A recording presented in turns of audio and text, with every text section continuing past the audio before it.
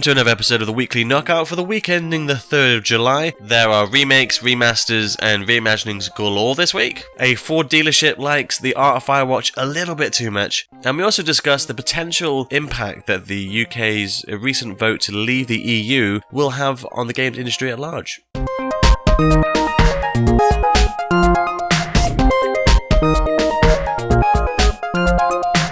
Alright, I'm Liam Harvey from Ground Punch. Yes, obviously I am not John Bennett, the usual host of the Weekly Knockout. I believe this week he just wanted time to recharge his batteries. Maybe he's getting a tan somewhere for his pasty Welsh skin. Whatever he's doing, I wish him all the best, but it is just me this week. So, let's just get straight into it. First up, the Batman Return to Arkham remaster is being delayed indefinitely. The bundled remasters of Batman Arkham Asylum and Batman Arkham City, originally set for a July the 26th release for PS1 and Xbox One, no longer have a release date, according to an official statement on the Warner Bros. Interactive Entertainment's Arkham Knight forums. I quote, "After reviewing the progress of the project, the team at WB Games has decided to delay the release of Batman Return to Arkham to give the team at Virtuous Games additional time to deliver a polished game experience. We do not have a release date yet, and we will be sure to communicate that once we know the game will be ready. We know this is disappointing news, but we feel the extra time will allow the team to create the best gaming experience for our fans." End quote. Return to Arkham was announced just last month for $49.99, with both games and all their additional DLC remastered using Unreal Engine 4.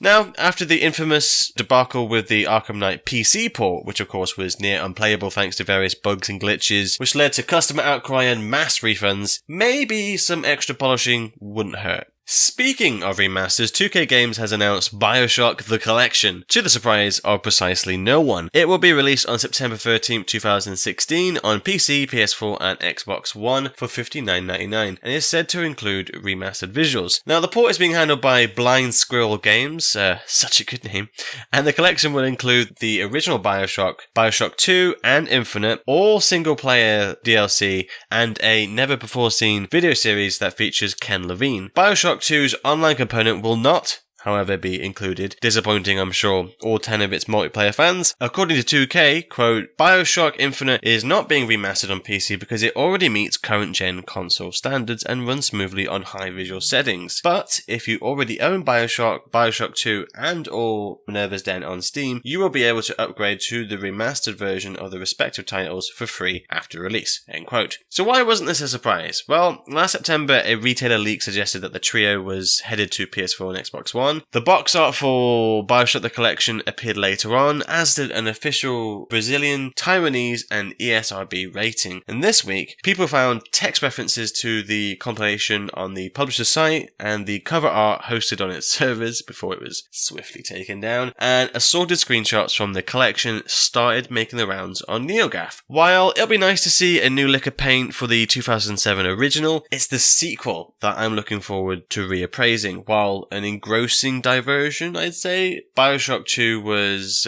kind of panned upon release for being simply too similar to its predecessor, and many players also never tried out its excellent DLC Minerva's Den, which was masterminded by Steve Gaynor and many of the team who would go on to make Gone Home and the forthcoming Tacoma. And news of the BioShock collection brings us quite nicely onto recent developments with its spiritual predecessor, System Shock. The classic 1994 sci-fi role-playing game is being given a modern reimagining by Night Drive Studios. The game's Kickstarter campaign, which was launched on June 27th, has already, at the time of writing, gained nearly $700,000 of its total $900,000 goal. You'd be wise, of course, to treat these crowdfunded endeavors with hefty fistfuls of salt, but new details have emerged that could ease your worries. Designer Chris Avalon, whose credits include Fallout 2, Planescape Torment, and Fallout New Vegas, has joined the project. The former Obsidian Entertainment and Interplay member will, quote, help shape and direct the existing narrative of System Shock, end quote, according to Night Drive. Now, Avalon's experience with more modern open-world games was cited as the key reason for bringing him onto the project. He'll join other members of the Fallout New Vegas team on the project as well. It's one of several reboots Avalon has in the works. He recently announced, for example, he's working on the next Prey, which of course Bethesda debuted at this year's E3. A PC demo of the game, which has been rebuilt from the ground up with the Unity engine, has been made available and is a free download for anyone, not just backers. And this new System Shock is currently being slated for PC and Xbox One. Seriously, go go check this out. I have very, very fond memories of the first game. Well, not so much fond memories, just, pretty much just nightmares, really. Moving on. Did you like Campo Santos' Firewatch? Did you admire graphic designer Ollie Moss's stylish vision of Wyoming? So did Ford. Apparently, so much so that they decided to use some of the game's key art to promote their summer sale at a local dealership. Panic Inc., the co-producers of Firewatch, were alerted to this lovely bit of plagiarism by a fan on Twitter, prompting them to reply the following tweet, quote, remember when Henry and Delilah were excited about the Ford Freedom sales event? Hashtag ripoff express. Campo Santos co-founder Sean Vanneman also saw the tweet and weighed in, quote, come on down to the Quirk Ford Freedom sales event where you're free from such things as copyright and infringement. Now, a Ford spokesperson for the advertising department responded to the claims, telling Game Informer at the time, quote, we always use DMCA compliant sites when getting images, end quote, citing wildwallpaper.info as the specific source of the image it used. There is, however, no guarantee that the images on that site have not been stolen themselves. Sean Vanneman refuted the spokesperson claim, saying on Twitter, quote, that update is BS, as their mailer actually includes elements from our old site that aren't available on any wallpaper site, end quote.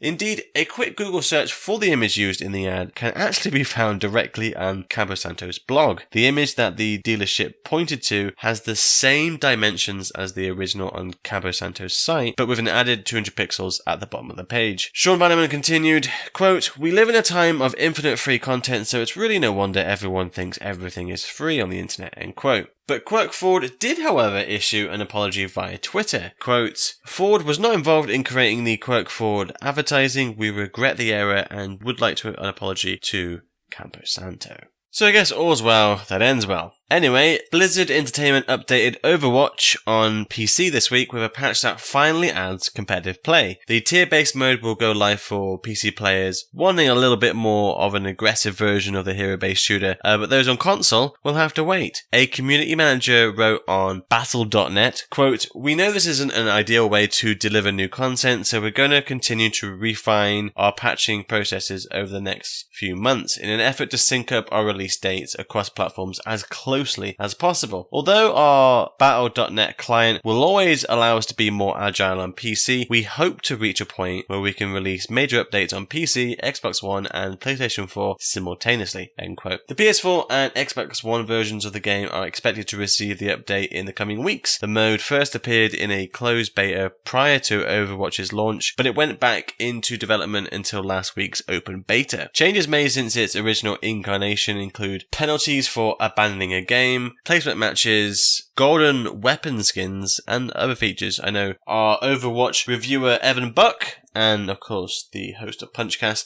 has been enjoying competitive play tremendously. In related news, Overwatch currently boasts the largest share of players at Korean internet cafes, according to Game Metrics. The site, which tracks and charts what people are playing at more than 4,000 other countries' internet cafes, lists Overwatch as the game of choice for more than 30% of cafe patrons, besting League of Legends' 27.8% share. Prior to this week, League has kept the top spot since August 2012. Now here's another quick piece of news, not much meat to the bones on this one. Sonic the Hedgehog is getting a new game to celebrate his 25th anniversary, which is launching sometime in 2017. Full details are coming on July the 22nd at San Diego Comic-Con, an event that will be live streamed. So there's that, I guess.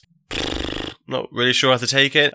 There are people, of course, who must be hopeful to see the series get back to its former glory. And, of course, those who are morbidly curious to see what comes next. When last seen, Sonic was on Twitter taking pot shots at Mighty No. 9, which launched this Tuesday, which seems a little bit self-indulgent for a 90s relic with an embarrassing good-to-bad ratio of games to his name. But then again, this Twitter feed is the single best thing he's done in almost 2 decades. Whether this 2017 Sonic title will be in any way relevant or even well-executed is another question entirely, but we can only hope. So here's a quick rundown of what PlayStation Plus subscribers have got to look forward to in the month of July. On PS4, we've got a brand new title called A Fury, as well as Saints Row Gat Out of Hell. For PS3, we've got Call of Juarez, Bound in Blood, and Fat Princess. And for PS Vita, we've got Prince of Persia Revelation and Orikishiki. No, that's not how you say it. Orikishika? Tainted Bloodlines. Yeah, totally nailed that pronunciation.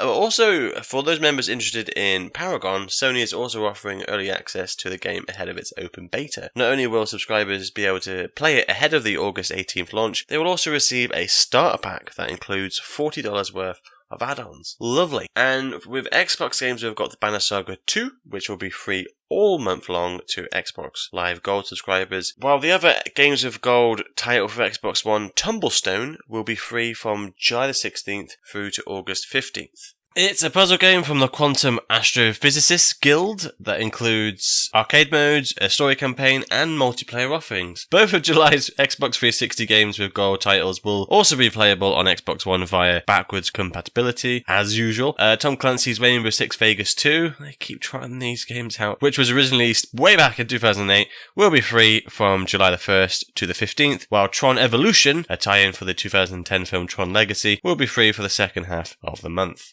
And here's this week's financial news, and as promised at the top of the show, I wanted to have a little bit of a closer look at the Brexit and its potential effects on the games industry. Now, depending on which Britain you ask, the UK's referendum vote to leave the European Union was either a travesty or a cause for celebration. But either way, there could still be surprisingly pervasive effects on the larger games industry. It should be noted, however, that if its government chooses to act upon the general public's desire to exit the EU, there are still years of negotiations ahead before a split can be finalised. In a fascinating article by Eurogamer, some of the possible implications have been explored. And here they are in brief. The free movement of skilled labour could lead to a talent deficit. Multinational companies may scale down their operations. For example, Rockstar, Rocksteady, Media Molecule, and Rare are all owned by multinationals who may find it harder to work in the UK. A weaker pound could mean more expensive games. Hardware will be more greatly affected than software. Importing games may become cheaper, however.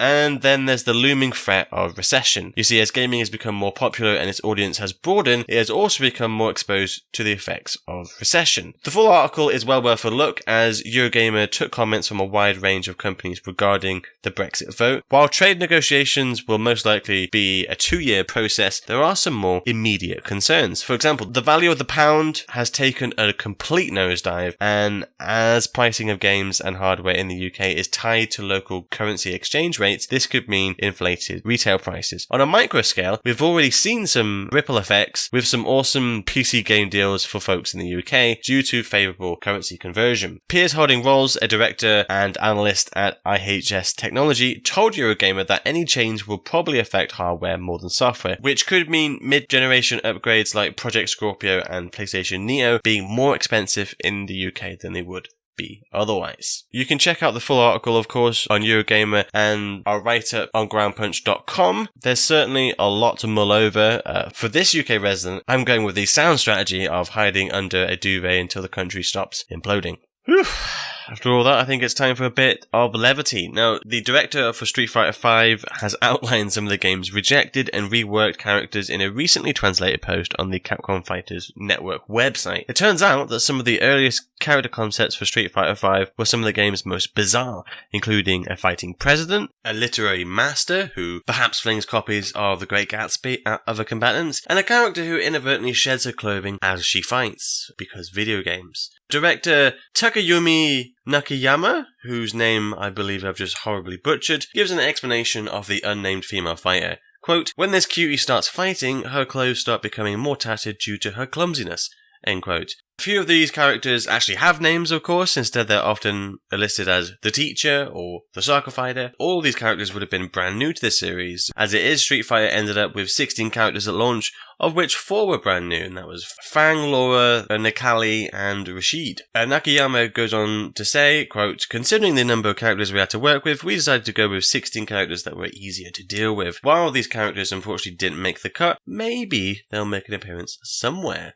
End quote. Indeed, indeed. Well, that brings us to the end of the episode. This has been the weekly knockout for the week ending the 3rd of July. And I have been Liam Harvey. I hope I've been an okay-ish stand-in for John Bennett, who, of course, will be back in the chair as per usual going forwards. Hopefully he'll have got the break that he so desperately needed after both E3 and the aftermath of Brexit. And so until that time, have a lovely week.